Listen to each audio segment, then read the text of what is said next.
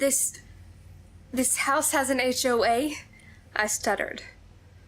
The real estate agent nodded. No. I'd heard the horror stories.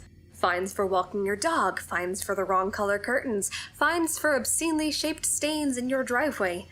A homeowners association was just about the worst thing a house could have. Do you have a copy of the HOA agreement?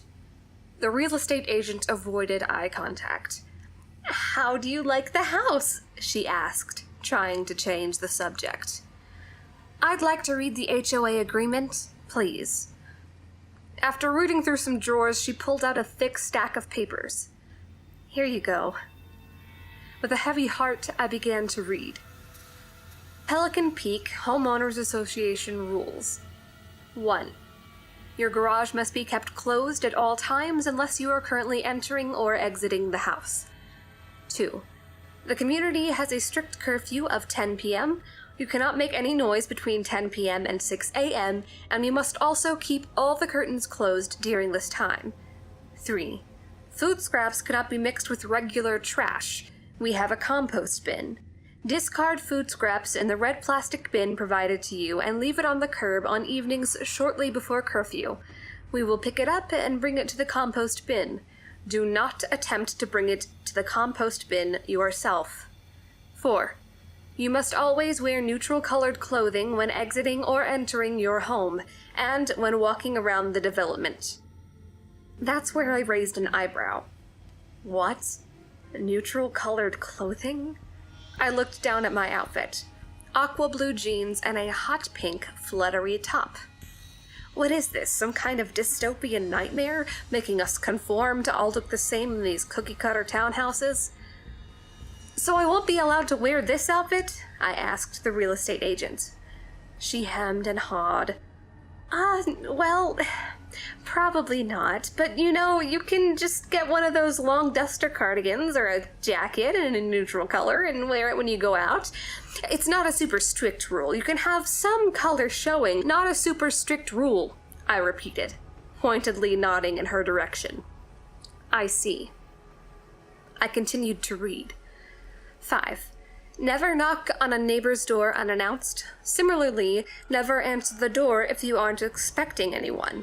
As a community, Pelican Peak values privacy and safety above all else. 6. When walking your dog, keep him or her away from the cul-de-sac on Petunia Lane. The compost bin is back there, and sometimes animals are triggered by the smell. 7. Never leave children that weigh under 50 pounds playing unattended outside. 8. The homeowner's dues are $150 a month, due on the first weekday of every month. I stared at the sheet. This is pretty restrictive. But look at what you're getting for the price, she said. Granite countertops and mahogany cabinets, stainless steel appliances, a rain shower in the master bathroom, all for under $200,000. I did love rain showers. I made an offer the next week. Several weeks later, I was moving in, along with several new black cardigans and jackets. My corgi, Buff, seemed to like the place well enough. She liked watching the squirrels run by, something she couldn't do from the window of my 11th floor apartment. That first night, I followed the rules to a T.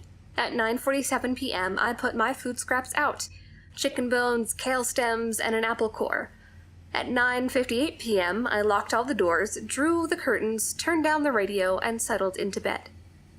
I wasn't going to sleep, of course. It was time for my 3-hour Seinfeld marathon before bed. Around 10:15 p.m., Buff started growling. I groaned, paused the episode, and walked into the second bedroom. Buff! Shh! I hissed, remembering the association rule. She didn't even turn around. She just sat at the front window, her head poking around the curtain, hackles raised, staring out into the darkness, growling like mad. Buff? My fingers fell on the curtain's edge, but then I stopped. Keep curtains closed after 10 p.m. That was the rule. But does that mean I'm not even allowed to take a peek?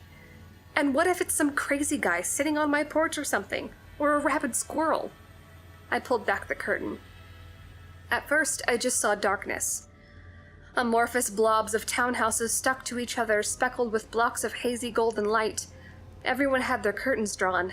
The street was empty. No cars, no people, no squirrels. Wait. The street wasn't empty. A tall figure stood on the sidewalk right in front of my house. The light from my window barely illuminated his form, but I could still make it out. He picked up my red plastic bin. But there was no garbage truck or wheelbarrow or anything else to dump it in. Where's he going to dump it? I thought. Is he just going to carry the bins one by one to the compost? That's really inefficient. He hoisted the bin up. His mouth stretched open far wider than I've seen any mouth open. Then he poured the contents in his mouth. A light cracking sound emerged from the darkness as he chewed up the bones. I stared, horrified, and Buff did too. Then she began to bark. The thing froze. "Shh," I said, patting Buff's head. "Please, be quiet." He snapped around and ran towards the window at full speed. A flash of gray, a wrinkled face, hollow, black pits for eyes, a gaping mouth with somehow no teeth or tongue. I let the curtain fall.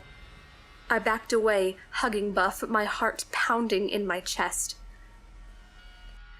That's when the knocking started, and I remembered, perhaps, the most important rule of them all.